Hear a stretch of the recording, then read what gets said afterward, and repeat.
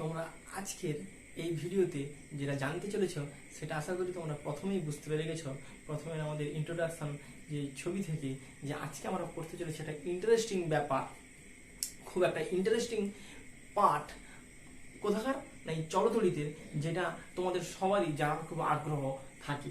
যেটা হলো যে তোমরা যখন প্র্যাকটিক্যাল রুমে ফিজিক্সের প্র্যাকটিক্যাল রুমে ঢুকবে, তখন তোমরা যখনই ইলেকট্রনিক্সের বা ইলেকট্রিকের প্র্যাকটিক্যাল করতে থাকবে, তখন তোমাদের হাতে ধরিয়ে দেওয়া হবে কিছু রোধ। এই ছবিতে দেখানো এই রকমের কিছু রোধ, যেগুলোকে তোমরা বলবে রেজিস্টার নামে। এবং যেখান থেকে তোমাকে চিনতে হবে যে প্রশ্ন তোমাদের যে এইগুলো কি, তারপরে প্রশ্ন যে এগুলো রোধই বা কত, তারপরে প্রশ্ন এর ভেতরে আছেই বা কি। এগুলো সবই কিন্তু আজকে আমরা এখানে আলোচনা করব। ঠিক আছে, এবারে আমরা যখনই কোনো ইলেকট্রিক্যাল বা ইলেকট্রনিক্সের যন্ত্র বানিয়ে থাকি, ওটা হতে পারে আমাদের প্র্যাকটিক্যাল সেন্টারে বা হতে পারে আমাদের বাস্তব জীবনের বহু যন্ত্রপাতির মধ্যে। সেখানে আমাদের একটা সার্কিট বা বর্তনী তৈরি করতে হলে আমাদের একটা বাইরে থেকে রোধকে ধরে নিতে হয়, কারণ রোধ ছাড়া আমি সার্কিটকে পূর্ণ করতে পারবো না। এবং এই রোধের গুরুত্ব তোমরা এই চলতরিতের পরবর্তী লেকচারগুলোতে আরো বেশি করে শিখবে যে এই রোধের গুরুত্ব কতখানি। তাহলে এই রোধের গুরুত্ব মেটানোর জন্য প্রথমের দিকে আমাদের এক প্রকারের রোধ ব্যবহার করা হতো। সাধারণত রোধ আমাদের দুই প্রকারের হয়, বাস্তবে আমাদের এই প্র্যাকটিক্যালে ব্যবহার করার জন্য রোধ দুই প্রকারের হয়। একটা তৈরি হয় মানে আমাদের এই যে প্র্যাকটিক্যালি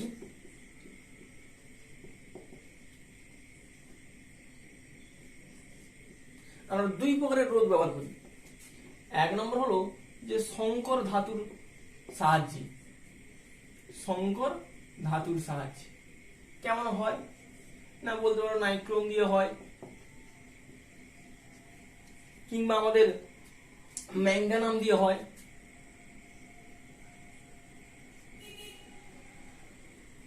কিংবা আমাদের কনস্ট্যান্টাম দিয়ে হয়।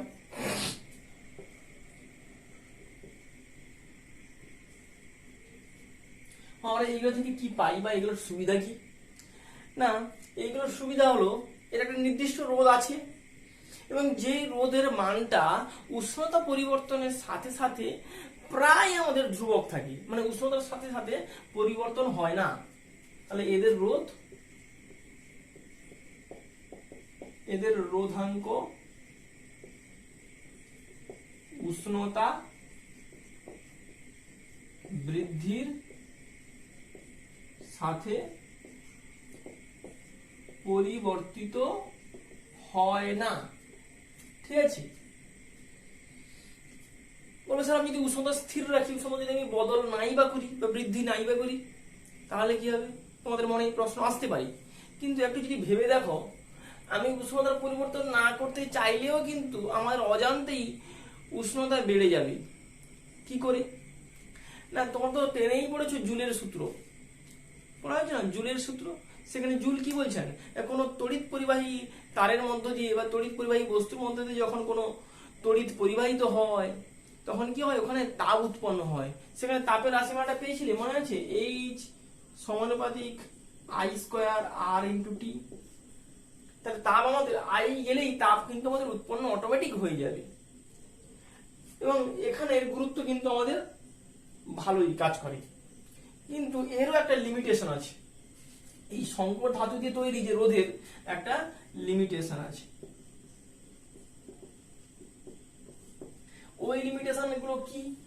না, আমি সংকর ধাতুর মাধ্যমে তৈরি রোধক গুলোর সাহায্যে উচ্চমানের রোধ পেতে পারি না। এর সাহায্যে উচ্চমানের রোধ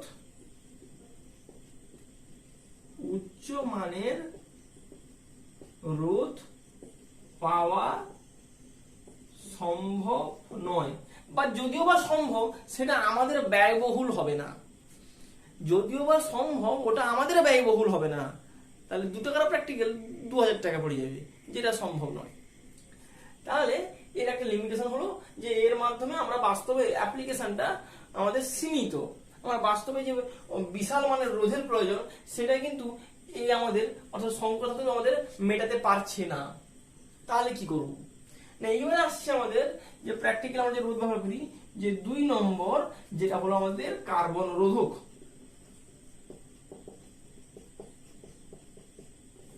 বা কার্বন রোধক বা কার্বন রেজিস্টর।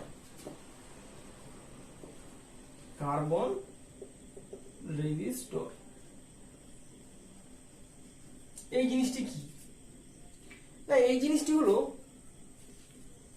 তোমাদের এই যে পাশে দেখানো ছবিটার মতো, এর ভেতরে আছে কি? এই ছবিটার ভেতরে আছে কি? এইটা হলো একটি কার্বন রেজিস্টার। এরকম অসংখ্য রেজিস্টার হয়, এর ভেতরে আছে কি? দেখবে রং বেরঙের বেশ দেখছো না কার্বন রেজিস্টার, এর মধ্যে আছে কি না? এর মধ্যে কার্বনের গুঁড়ো দিয়ে এটাকে তৈরি করা হয়েছে, এবং এর আমাদের রোধটা নির্দিষ্ট, যেটা এখানে হচ্ছিল না। আগের ক্ষেত্রে সংকর ধাতুর ক্ষেত্রে কিন্তু রোধটা আমাদের নির্দিষ্ট করে বলা যেত না, কাছাকাছি হতো, কিন্তু এই আমাদের কার্বন রোধকের ক্ষেত্রে কিন্তু রোধটা প্রায় নির্দিষ্ট, প্রায় অ্যাকুরেট মান আমরা পেয়ে যাই। বুঝতে পেরেছি? আমরা ধরো চাইছি আমরা 1 কিলো ওহম, মানে 1000 ওহম। এটা নিখুঁত 1000 ওহম না হলে বা প্রায় কাছাকাছি হতে পারে, 990 উপরে বা 1010 কাছাকাছি এরকম একটা মান আমাদের সামনে তুলে ধরতে পারে। তাহলে এটা আমাদের বেশি গুরুত্বপূর্ণ। এবং দেখো এর অনেক আমাদের প্রয়োজন, আমাদের অনেক প্রয়োজনীয়তা আছে, বা এর অনেক আমাদের সহজলভ্যতা আছে, যেগুলো কি কি? এক হলো দেখো এর আমাদের সুবিধা, কার্বন রোধকের সুবিধা। 1 নম্বর কি বলতো, এর সাহায্যে আমরা উচ্চ মানের রোধ পেতে পারি। তাহলে উচ্চ মানের রোধ পাওয়া সম্ভব। 2 নম্বর আরো আছে, এর খরচা কম। ঠিক, তাই এটা ব্যয়বহুল, ব্যয়বহুল নয়, সরি মানে সুলভ বলে দাও, ব্যয়বহুল নয়।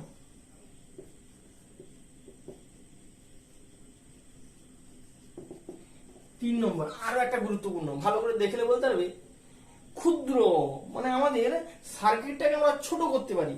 তাহলে আকারে ক্ষুদ্র, আকারে ক্ষুদ্র হওয়ার দরুন আমরা যে সার্কিটটা তৈরি করব সেটাও আকারে ছোট হয়ে যাবে। তাহলে সেটার ব্যবহারিক প্রয়োগ আরো বেশি গুরুত্ব পাবে। ঠিক আছে? তাহলে এবারে দেখি, তাহলে আমরা কি করে দেখে চিনবো যে কোনটা কত, কোন রোধের মান কত? আমরা কি করে দেখে চিনবো যে এই রোধকের কোনটার মান কত? একটু ভালো করে ছবিটা দেখো, দেখতে পাবে। দেখো এখানে কিছু লাল, কালো, নীল, সবুজ আমাদের রেখা টানা আছে, এবং কোনো গোল গোল রেখা টানা আছে। ওইটাই হলো একটা নির্দেশক। আসলে এই কার্বন রোধকগুলো সাইজে এতটাই ছোট হয় যে এর উপরে যদি লিখে দেই এর মান, রোধের মানটা এত, আমি সেটা পড়ে আইডেন্টিফাই করতে পারবো না, বা লেখাও যাবে না। এই জন্য এখানে এই কালার কোডিং এর ব্যবহার করা হয়। ঠিক আছে? কালার বর্ণ নির্দেশক ব্যবহার করা হয়, যেটাকে আমাকে জানতে হবে, এবং যার সাহায্যে ছোট্ট ক্যালকুলেশন করে আমরা তার এই কালার কোড দেখে আমরা তার রোধের মানটা আমরা নিখুঁতভাবে বলে দিতে পারবো। তাহলে আমরা একটু দেখি, এটা মুছলাম। তাহলে কি করে আমরা এবারে কার্বন রোধকের কালার কোডিং চিনব, এটাই এবার আমাদের প্রশ্ন।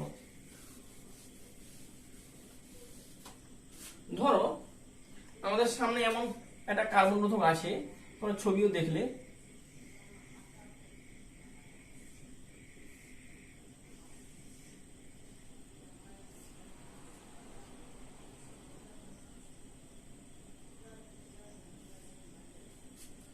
এইরকম একটা কার্বন রোধক দেখলে না, এইরকম এখানে দেখো কালার করা আছে, দেখো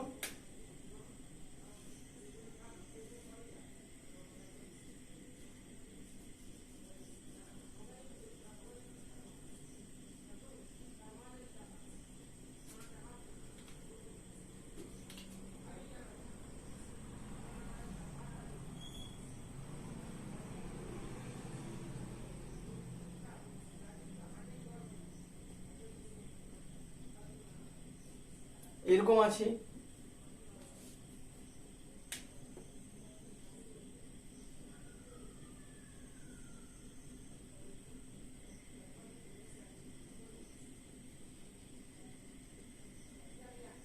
এরকম আছে, এরকম তোমাদের মোট এরকম করে কটা আছে না, মোট তোমার দেখবে 4খানা আছে।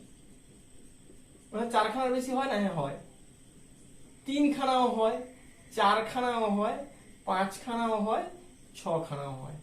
মানে আমরা আজকে এই 4খানা বর্ণের ব্যান্ড, 4খানা বর্ণের ধারকে আমরা দেখবো, সরি 4খানা বর্ণের কার্বন রোধক নিয়ে আমরা আলোচনা করব। পরের গুলো আর একটু জটিল, তোমরা ধীরে ধীরে শিখবে। এইটা আমাদের বেসিক। এটাকে দেখতে তাহলে কেমন, না এটাকে দেখতে লাগছে না 4টি যেন সম অক্ষীয় এরকম রিং, 4টি সমাক্ষীয় রিং বা যাকে বলা হয় ব্যান্ড, যেটা তোমরা বহুল প্রচলন হয় ব্যান্ড রূপে, ব্যান্ড রবারের ব্যান্ডের মতো 4টি আমাদের সমাক্ষীয় রিং বা ব্যান্ড। এখানে কিন্তু অবশ্যই কালার ব্যান্ড, কালার ব্যান্ড মানে প্রত্যেকটার কিন্তু গুরুত্ব আছে, প্রত্যেকটা গুরুত্ব আছে। সেই গুরুত্বগুলো কি আমাকে জানতে হবে। এবারে আমরা যে কোনো রোধককে, কার্বন রোধককে এরকম ধরবো, ঠিক আছে, বাম থেকে এবারে গোনা হিসাব করব। দেখবে একটু খেয়াল করে দেখবে বাম পাশে, বাম পাশ কোনটা ধরবো না, এই বাম পাশে দেখবে যে পাশে কাছাকাছি আছে এবং রং বেরঙের আছে, লাল, নীল, সবুজ, কালো, বেগুনি, বাদামি, কাছাকাছি আছে, সেগুলো বাম পাশ ধরবে। তাহলে এটা বাম, এটা ডান, এই ডান তাহলে কোনটা ধরবো বুঝবো কিরকম। ডানে দেখবে থাকবে কেবলমাত্র আমাদের, বেশি না, আমাদের থাকবে সোনালী রং থাকবে, আমাদের সিলভার বা আমাদের রূপোলি রং থাকবে, কিংবা আমাদের এই দুটো রং থাকবে, হয় সোনালী কিংবা আমাদের রূপোলি। এই দুটো কালার সবসময় ডানে থাকবে আর বাকিটাকে বামে রাখো। তাহলে এই বাম থেকে এবার দেখো, এটা 1 নম্বর, এটা 2 নম্বর, এটা 3 নম্বর, এটা 4 নম্বর, 4টা ব্যান্ড আছে। এই 4টা ব্যান্ডের এবার আমাদের যুক্তি কি না, এখানে এই যে 1 ও 2 এই প্রথম দুটো ব্যান্ড কি করে, এই 1 আর 2 নম্বর ব্যান্ডটা কি করে না, তারা মান দেয়। কার মান দেয়? আমাদের রোধের মানটা দেয়। এটা আমাদের এটা কি বলবো না, আমাদের মান দেয়, নাম্বার। এটা আমাদের নাম্বার রূপে লেখা হয়, নাম্বার, যেটা আমাদের মান দেয়, ঠিক আছে। এবং এটা বলতে পারো যে আমাদের তাৎপর্যপূর্ণ অঙ্ক, তাৎপর্যপূর্ণ অঙ্ক, তাৎপর্যপূর্ণ অঙ্কের মান। তোরা অঙ্কে শিখেছো তাৎপর্যপূর্ণ অঙ্ক। 3 নম্বর ব্যান্ডটা, 3 নম্বর ব্যান্ডটা কি দেয় না, 3 নম্বর ব্যান্ডটাকে বলা হয় মাল্টিপ্লায়ার।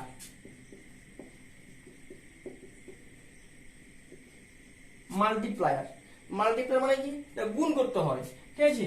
এটা কি করে না, এইটাই আমাদের যেটা ওই যে মানের অর্ডারটা ফিক্সড করে।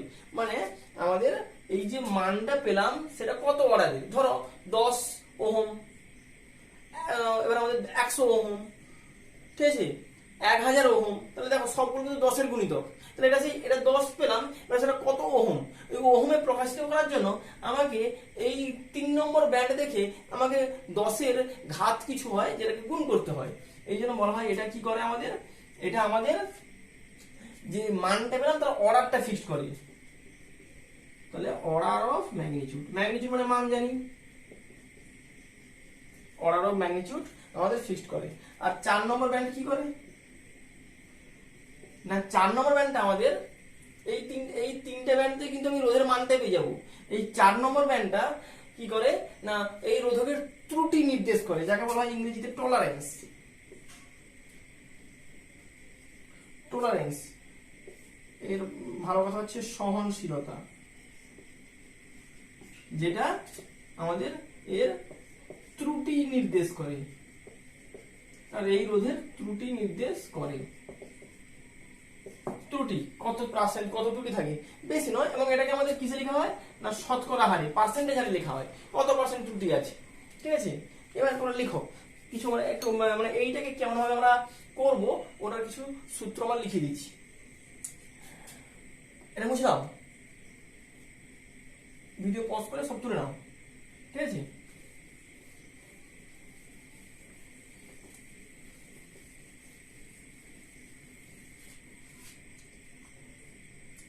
যে কার্বন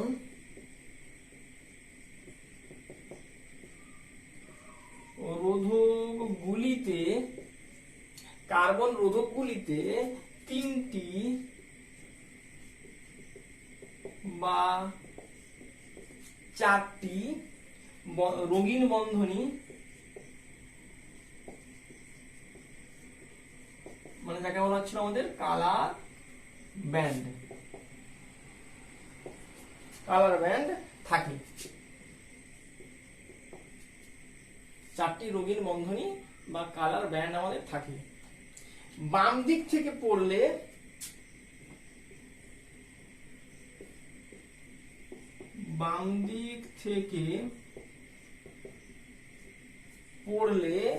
পড়া হলে প্রান্তের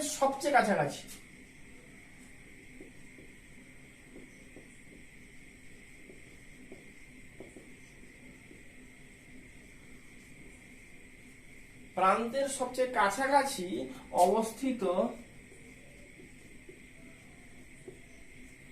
অবস্থিত প্রথম দুটি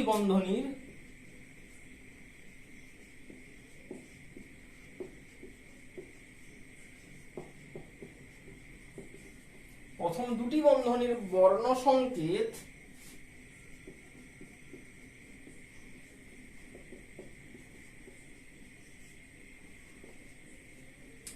রোধকটির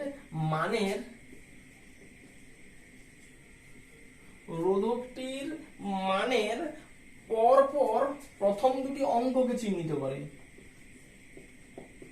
পরপর প্রথম দুটি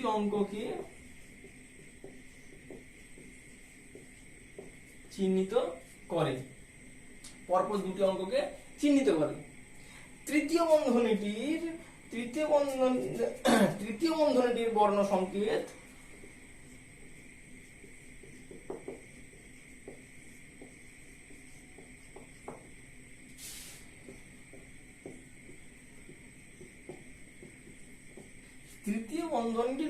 সংকেত নির্দেশ করে প্রথম অঙ্ক দুটির পর কত গুণ করলে বা কতগুলি শূন্য বসালে সেটিকে ওহম ওই যে রোধকটির রোধের মান ওহম এককে প্রকাশ করা যাবে। বর্ণ সংকেত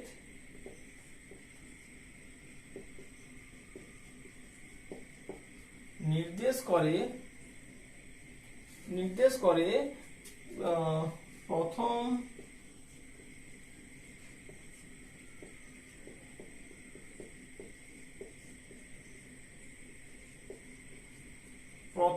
অঙ্ক দুটির পর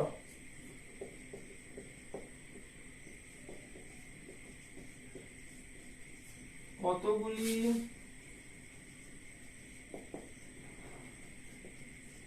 বসালে রোধকটির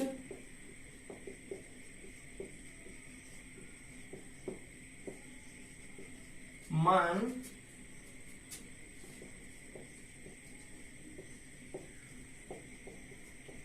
ওহম এককে প্রকাশ করা যাবে। ঠিক আছে, এবার আরো আছে চতুর্থ বন্ধনী আছে। চতুর্থ বন্ধনীটিকে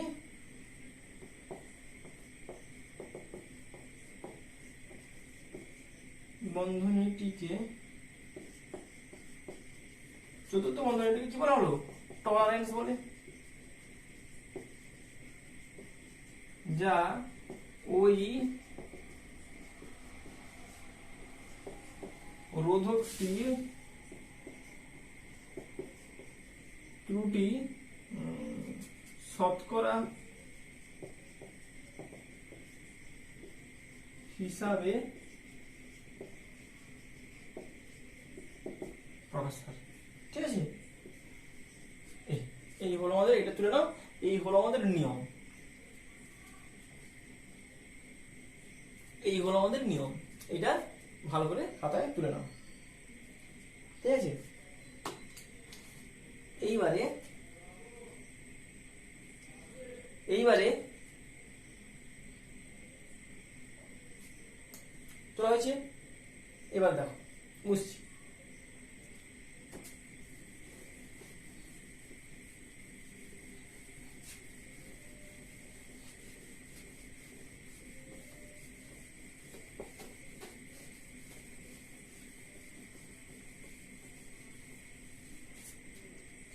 এইবার আমাদের ছক করা হোক। কালার,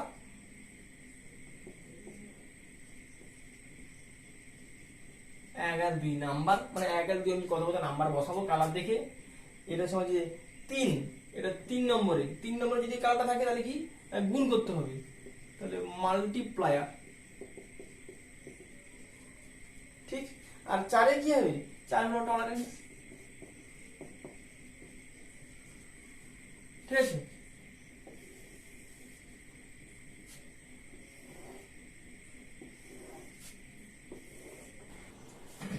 তাহলে প্রথম ব্ল্যাক, তারপরে ব্রাউন, তারপরে red, orange, yellow, green, blue, violet, grey আর হোয়াইট। এবং সেই অনুযায়ী এই 10খানা কালারের জন্য 0 থেকে 9 তার নাম্বার।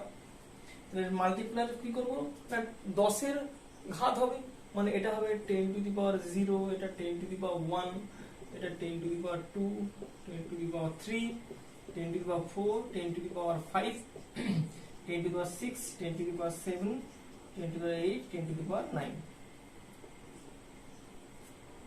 আর এই যে 4 নম্বর যে দাগ, 4 নম্বর যে কালারের ব্যান্ড, সেটা বলা হয়েছে কেবলমাত্র 2 রকম কালার হয়। সেটা কি কি, একটা হলো আমাদের হয় গোল্ড, না হলে সিলভার, এই 2 রকমের কালার হয়। এর বাদে আর কোনো কালার ওই 4 নম্বরে থাকবে না। যদি গোল্ড থাকে তাহলে টলারেন্স কত, কত পার্সেন্টেজ, তাহলে হবে +-5%। তাহলে ওর মধ্যে হয় 5% বেশি বা 5% কম টলারেন্স আছে। আর যদি সিলভার হয় তাহলে +-10%। আর যদি কোনো কালার না থাকে তাহলে মনে করবে +-20% টলারেন্স ওর মধ্যে আছে। এটা ভালো করে তুলে নাও।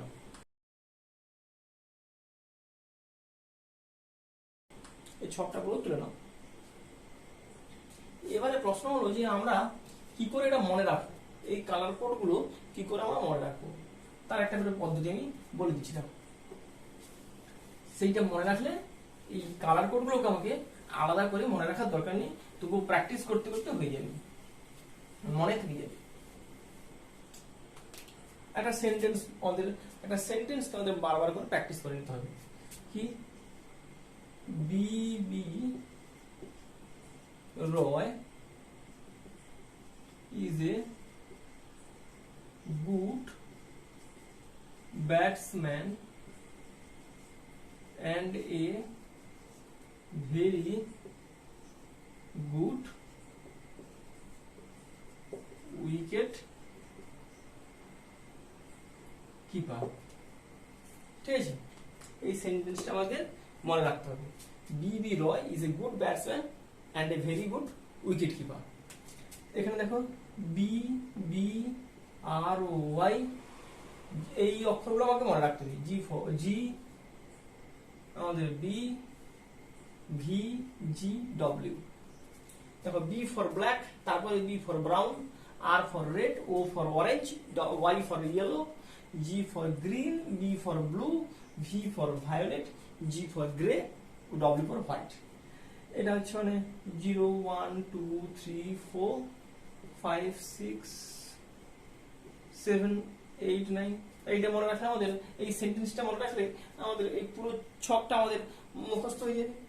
এবার আমরা কয়েকটা উদাহরণ প্র্যাকটিস করে নিই। ধরো তোমাদের একটা কালার আমি দিলাম, একটা রেজিস্ট্যান্স দিলাম, যার কালার কোড এমন আছে।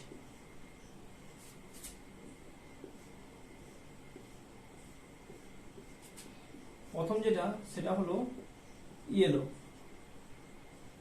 তারপরে যেটা সেটা হলো রেড, তারপরে এটা হলো গ্রিন, তারপর হলো গোল্ড, না গ্রিন নয় সরি এটা ব্রাউন, এটা ব্রাউন,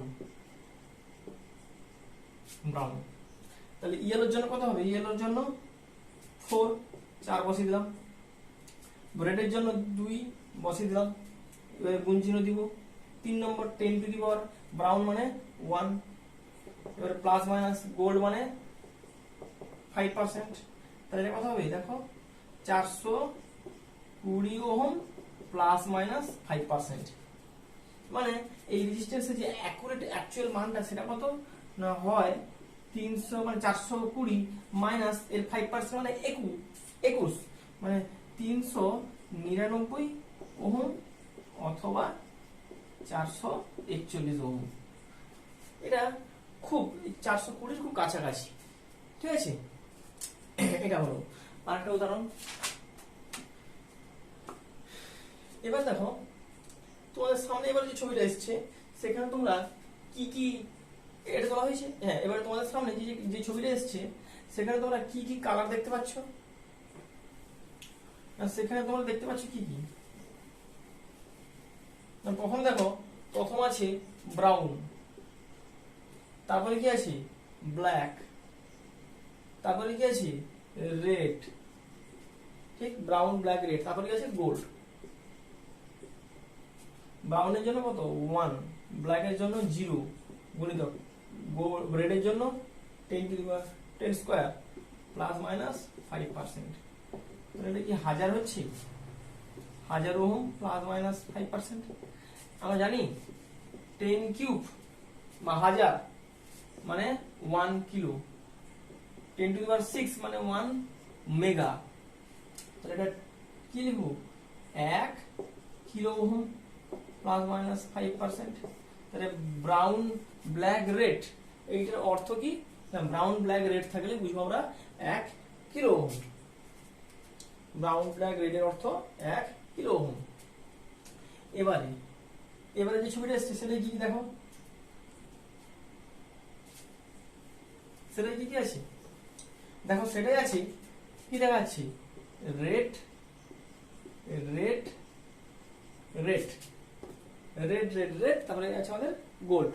দেখো রেডের জন্য 2, আবার 2 গুণিতক 10 to the power 2 plus minus 5%। তাহলে 2200 ওহম প্লাস মাইনাস 5% মানে 2200 ওহম। 2200 ওহমকে লিখতে পারি 2.2 কিলো ওহম, মানে 2.2 গুণিতক 1000 প্লাস মাইনাস 5%।